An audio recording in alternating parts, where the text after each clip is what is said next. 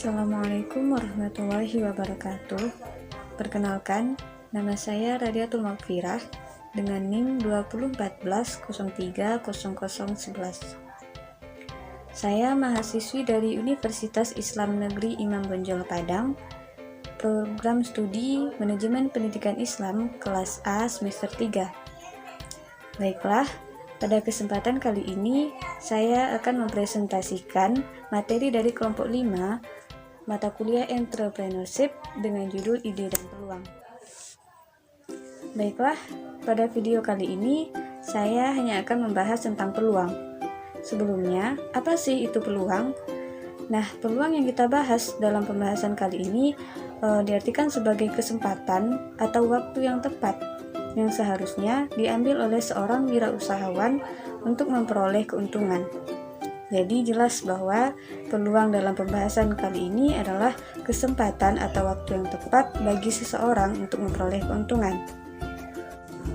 Nah, seorang wirausahawan dapat menciptakan nilai dengan cara mengubah semua tantangan yang ada menjadi peluang melalui ide-idenya, dan akhirnya ia menjadi pengendali usaha. Semua tantangan bisa menjadi peluang apabila ada inovasi. Misalnya, seseorang menciptakan permintaan melalui penemuan baru. Nah, dengan penemuan baru tersebut, seorang pengusaha bisa mengendalikan pasar dan akhirnya membuat seorang konsumen atau lebih banyak konsumen bergantung kepada produsen.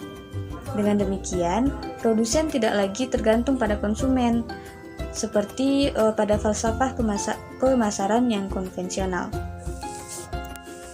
Nah, ide-ide yang berasal dari wirausahawan tadi dapat menciptakan peluang untuk memenuhi kebutuhan real di pasar. Ide-ide tersebut menciptakan nilai potensial di pasar sekaligus menjadi peluang usaha. Nah, dalam mengevaluasi ide untuk menciptakan nilai-nilai potensial atau peluang usaha, seorang wirausahawan perlu mengidentifikasi dan mengevaluasi semua risiko yang mungkin dapat terjadi melalui beberapa cara.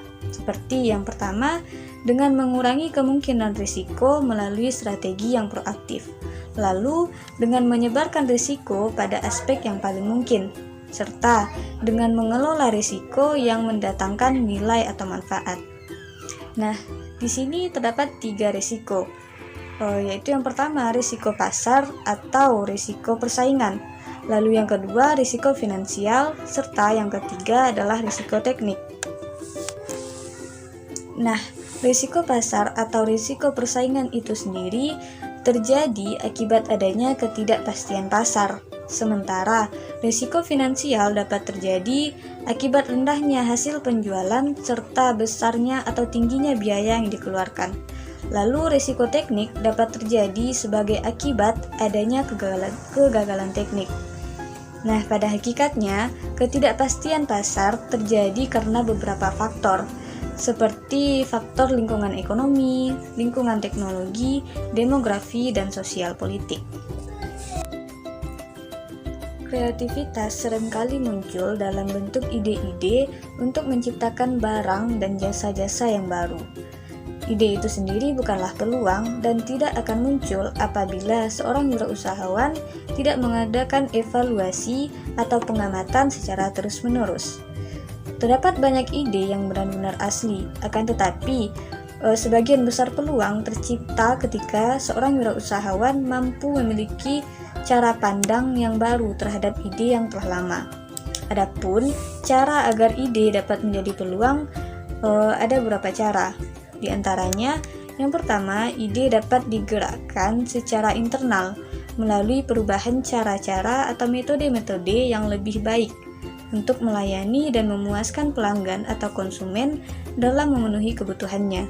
Lalu cara yang kedua, ide tersebut dapat dihasilkan dalam bentuk barang atau produk dan jasa yang baru. Sementara cara yang ketiga adalah ide tersebut dapat dihasilkan dalam bentuk modifikasi bagaimana pekerjaan dilakukan atau modifikasi cara melakukan suatu pekerjaan. Lalu, agar ide-ide potensial bisa menjadi peluang bisnis yang real, maka sudah seharusnya seorang wirausahawan harus bersedia melakukan evaluasi terhadap peluang secara terus-menerus. Nah, proses penjaringan terhadap ide atau yang biasa disebut dengan screening merupakan suatu cara yang tepat atau suatu cara yang terbaik untuk menuangkan ide potensial menjadi sebuah produk dan jasa yang real. Adapun langkah-langkah dalam screening atau penjaringan ide dapat dilakukan dengan beberapa tahap. Yang mana tahap yang pertama adalah dengan menciptakan produk baru dan berbeda. Nah, produk dan jasa yang dibuat haruslah berbeda dengan produk dan jasa yang ada di pasar, serta haruslah mampu menciptakan nilai bagi pembeli. Sehingga untuk itu, seorang wirausaha harus mampu mengenali berbagai perilaku konsumen di pasar. Nah, ada dua unsur pasar yang harus diperhatikan oleh seorang wirausaha, yaitu permintaan terhadap barang atau jasa yang dihasilkan, serta waktu penyerahan dan waktu permintaan barang atau jasa tersebut. Lalu, langkah yang kedua adalah dengan mengamati pintu peluang. Nah, seorang wirausahawan harus mampu mengamati potensi-potensi yang mungkin dimiliki oleh pesaingnya. Yang mana potensi itu misalnya seperti kemungkinan pesaing mampu mengembangkan produk barunya, lalu pengalaman keberhasilan dalam mengembangkan produk baru, dan dukungan keuangan serta keunggulan-keunggulan yang dimiliki oleh pesaing di pasar. Menurut seorang ahli, ada 6 keadaan yang dapat menciptakan peluang, yaitu yang pertama, produk baru yang dihasilkan harus segera dipasarkan dalam jangka waktu yang relatif singkat. Yang kedua, kerugian teknik yang dihasilkan haruslah rendah. Yang ketiga, apabila pesaing tidak begitu agresif untuk mengembangkan strategi produknya. Yang keempat, apabila pesaing tidak memiliki teknologi yang canggih. Yang kelima, apabila pesaing sejak awal tidak memiliki strategi dalam mempertahankan posisi pasarnya. Lalu yang keenam, apabila perusahaan baru memiliki kemampuan serta sumber-sumber untuk menghasilkan produk barunya. Selanjutnya, langkah yang ketiga dalam proses screening atau penjaringan ide adalah dengan melakukan analisis produk dan proses produksi secara mendalam. Nah, analisis ini perlu dilakukan untuk menjamin apakah jumlah dan kualitas produk yang dihasilkan memadai atau tidak, dan untuk mengetahui besarnya biaya yang dikeluarkan serta untuk mengetahui efisiensi terhadap biaya yang dikeluarkan tersebut. Lalu langkah yang keempat adalah dengan menaksir biaya dari awal, yaitu biaya awal yang diperlukan oleh suatu usaha baru, seperti dari mana sumber usahanya dan dipergunakan untuk apa, serta jumlah biaya yang diperlukan untuk operasi, untuk perluasan, dan untuk biaya-biaya lainnya. Seterusnya, langkah kelima yaitu dengan memperhitungkan risiko yang mungkin terjadi, seperti risiko pesaing, yaitu kemampuan dan kesediaan pesaing untuk mempertahankan posisi pasarnya, yang mana risiko pesaing ini meliputi 3 hal. Yang pertama, kesamaan dan keunggulan produk yang dikembangkan oleh pesaing. Yang kedua, tingkat keberhasilan yang dicapai pesaing dalam pengembangan produknya. Serta yang ketiga adalah seberapa besar dukungan keuangan pesaing dalam pengembangan produknya.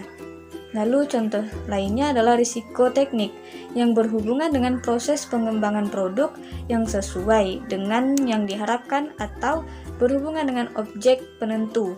Apakah ide secara aktual dapat ditransformasi menjadi produksi yang siap dipasarkan dengan kapabilitas dan karakteristiknya. Nah, langkah screening atau penjaringan ide yang keenam atau yang terakhir adalah analisis SWOT, atau disebut juga analisis kelemahan, kekuatan, peluang, dan ancaman, yang mana analisis ini sangat penting dalam menciptakan keberhasilan bagi perusahaan baru. Nah, berdasarkan pembahasan kita tadi mengenai peluang, sebenarnya peluang itu sendiri dapat kita jumpai atau kita temui di mana saja. Karena peluang itu sendiri bisa kita temui dari diri kita sendiri. Contohnya, peluang bisa berasal dari hobi, peluang juga bisa berasal dari keahlian atau juga dari pengetahuan yang kita miliki. Nah, peluang juga bisa berasal dari lingkungan sekitar, atau peluang juga bisa berasal dari konsumen-konsumen, serta peluang juga bisa berasal dari ide atau gagasan orang lain, atau peluang bisa berasal dari informasi-informasi yang kita temukan. Atau bahkan, suatu peluang juga bisa berasal dari beberapa perubahan yang terjadi. Nah, sekarang hanya tergantung diri kita, hanya tergantung kemampuan, keahlian, dan kesungguhan kita dalam menciptakan, menemukan, dan memanfaatkan peluang-peluang yang sudah ada tadi. Nah, itulah pembahasan saya mengenai peluang. Semoga video ini dapat bermanfaat, serta pembahasan-pembahasannya dapat menambah pengetahuan dan wawasan kita. Terlebih terkurangnya saya mohon maaf. Saya sudahi, wabillahi taufik wal hidayah. Wassalamualaikum warahmatullahi wabarakatuh.